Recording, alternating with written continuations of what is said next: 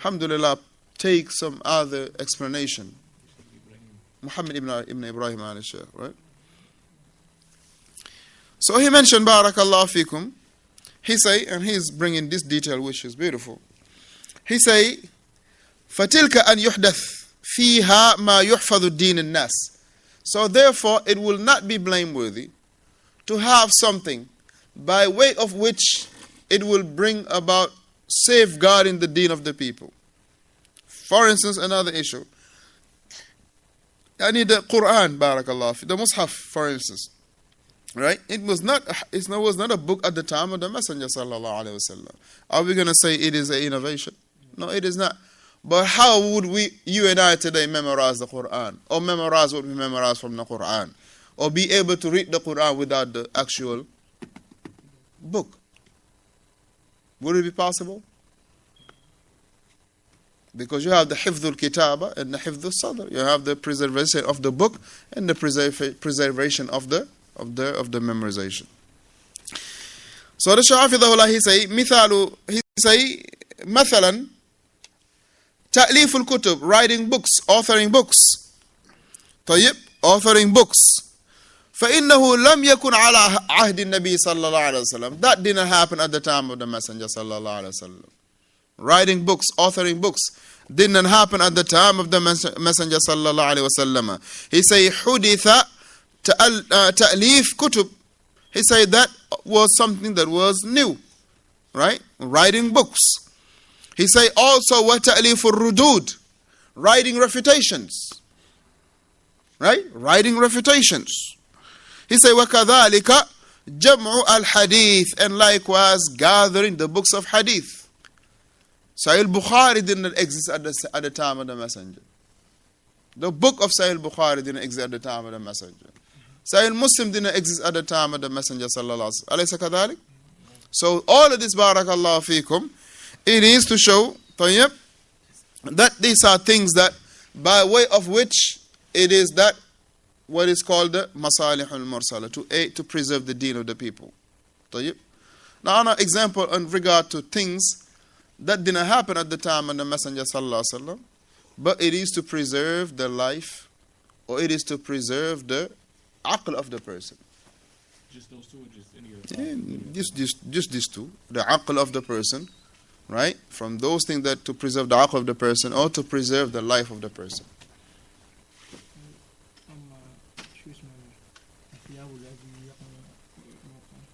الثياب ايش هذا؟ Right. Not necessarily. This is from the matters that it's from the matters of the adat. From the adat. When Umar ibn al-Khattab admonished the individual who was kind of acting in a feminine way, and he admonished him physically. Right. I said today, my day and time.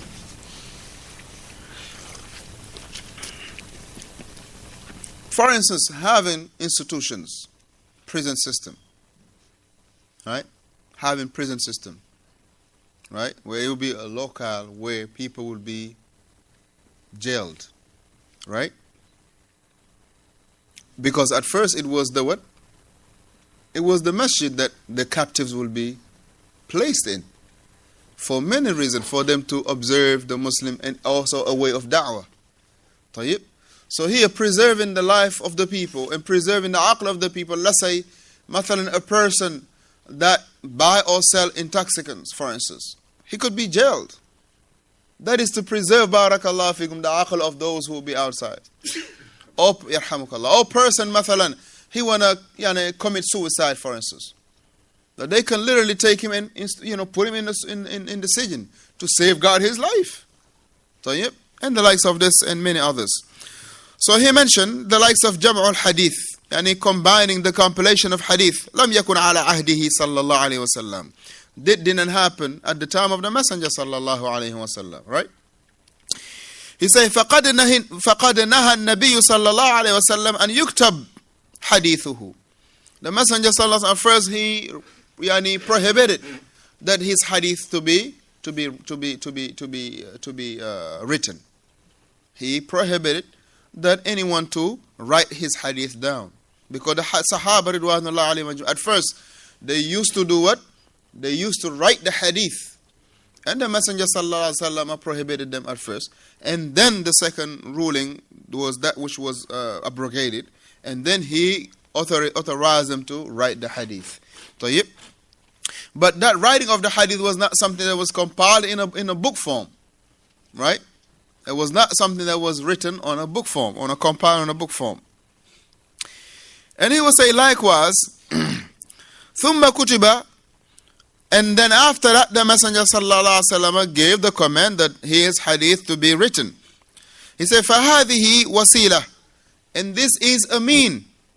لَمْ يَكُنْ الْمُقْتَضِي لَهَا فِي ذَلِكَ الْوَقْتِ قَائِمًا. And that, barakallahu fikum, meaning requirement, that requirement at that time was not present. That issue of writing, that requirement at the time was not present.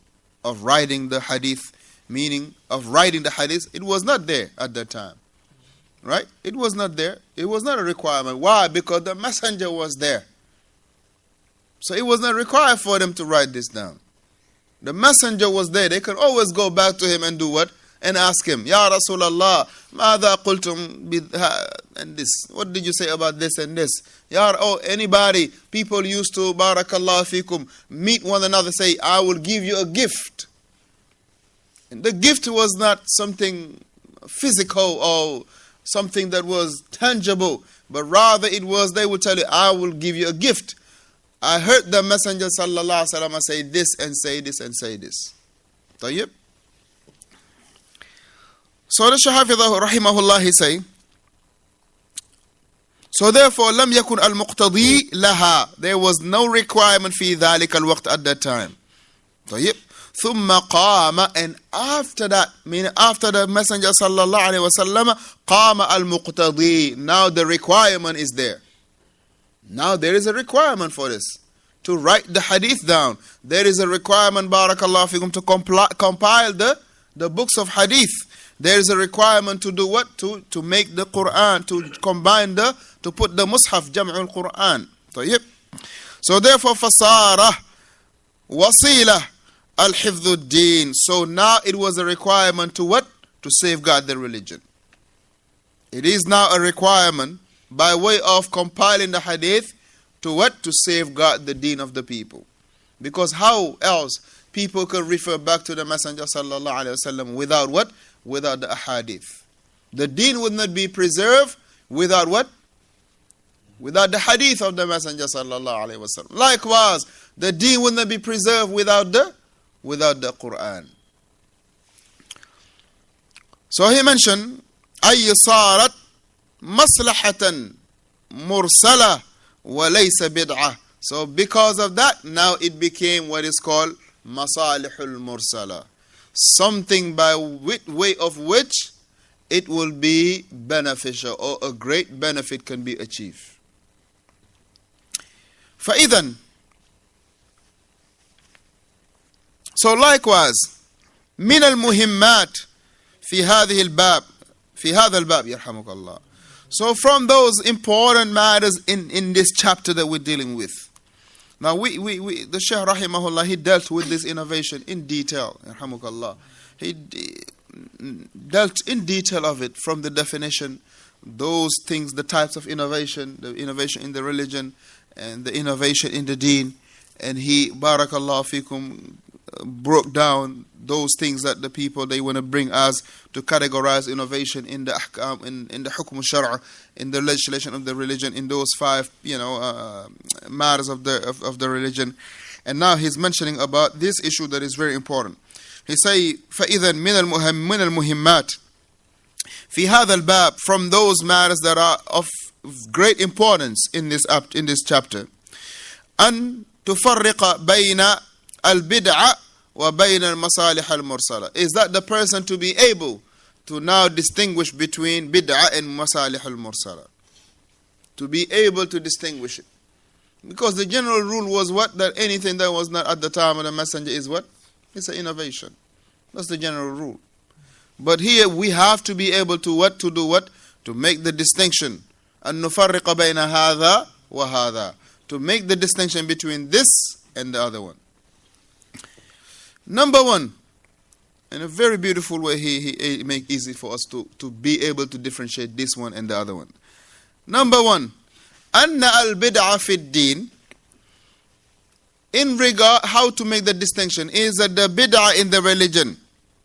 طيب. متجهئة إلى الغاية. That the bid'ah itself, it is a purpose. It is itself a goal. Meaning an individual doing this action, that action is a goal for him. It is not a mean, but it is his qasd. مثلا. Huh? No, he want to achieve something by that action. مثلا, a person going to the mawlud, for instance. Now, when the person go to the mawlud, he got a ghaya in it. He got a purpose in it. What is the purpose to what? To seek nearness with Allah. This is directly linked with the ibadah.